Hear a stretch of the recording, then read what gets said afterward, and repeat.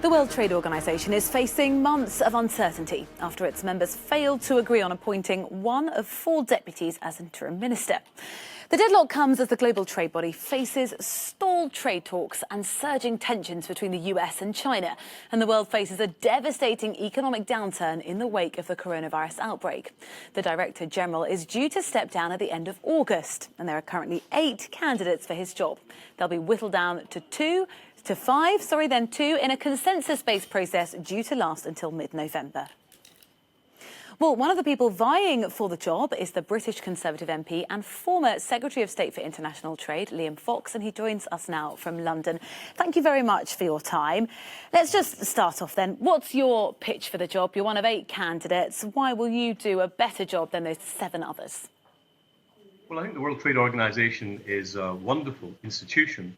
It's got a lot of skills, it's got a lot of knowledge, it's got a lot of energy. What it doesn't have is any political clout. And I think that incorrectly, as you described the world trading environment, it does need an elected politician to bring some weight to the organization. It's not short of technocrats, it is short of politics. And why is that person you? I'm the only elected politician who's actually standing as one of the 8 candidates, which I suppose is the USP. And I think that if you're going to have some difficult conversations around the world, to have already operated as a G7 country representative at that level, I think is helpful. And just explain why you want it.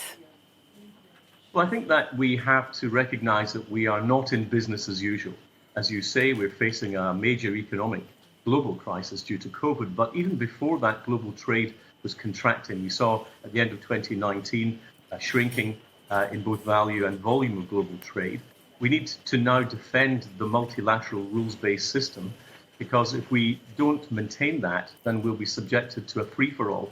The alternative to a rules-based system is a power-based system, where only the very biggest countries will get what we want, and the rest of us will have to take what we get. I don't think that's an acceptable form of governance for global trade.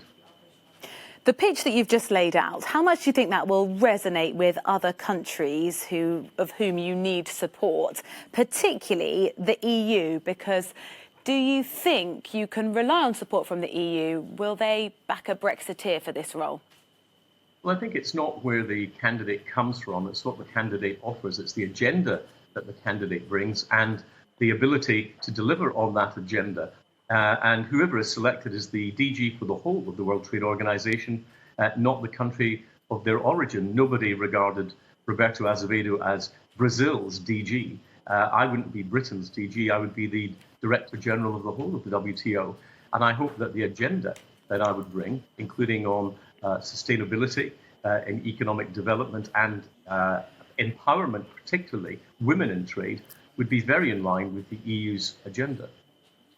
Well, one of the things that you have said is really crucial is that trade disputes currently take too long to settle.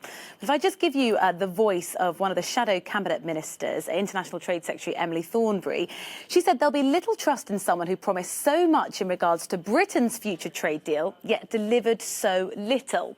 How would you respond to that criticism and also your pledge in light of that criticism to speed up disputes? Well, it doesn't surprise me that we got that particular Labour politician who wouldn't support the UK's candidacy. That says more about her than anything else. But when it comes to dealing with trade disputes, the most urgent element for the WTO new Director General is to get what's called the appellate body back in place and operating fully so that we have the proper dispute resolution mechanism. There are a number of complaints about it. One of the complaints, which I think is quite relevant, is the length of time that it takes to get these disputes running and the parameters that are looked at in terms of making the judgments. We need to get the whole system back and running. That means bringing the United States back into that system with faith in the Director General to deliver on a reform agenda. Does the lack of progress in engineering a Brexit trade deal hinder your pitch for this job? No, I don't think so. I don't think it is anything to do with Brexit. It's about the agenda that we bring for the next 4 years, potentially the next 8 years, to the WTO itself. The organisation is in need of reform. We know that the global trading environment is sluggish. I want to see us use trade as a means to help people improve the quality of lives around the world.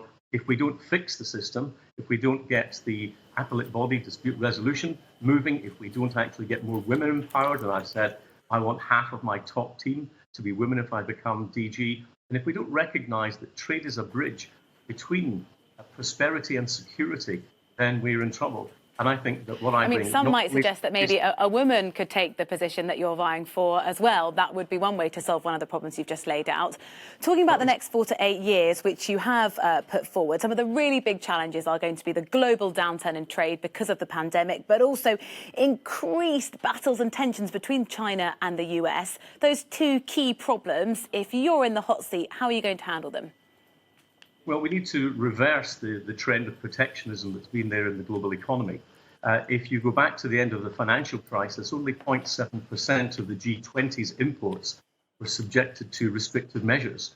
That's now risen to 10.3%, and that means that we are putting up barriers to some of the developing countries in the world who want to trade their way out of poverty. That needs to be reversed, and we need to have some difficult conversations, I think, potentially with some of those bigger global economies to say that what is the point of increasing your development aid, but at the same time increasing the barriers that developing countries face to get into your markets? We need to recommit ourselves to the concepts of free, fair and open trade, which are what we built the WTO on, but it seems that too many countries seem to have forgotten those basic principles.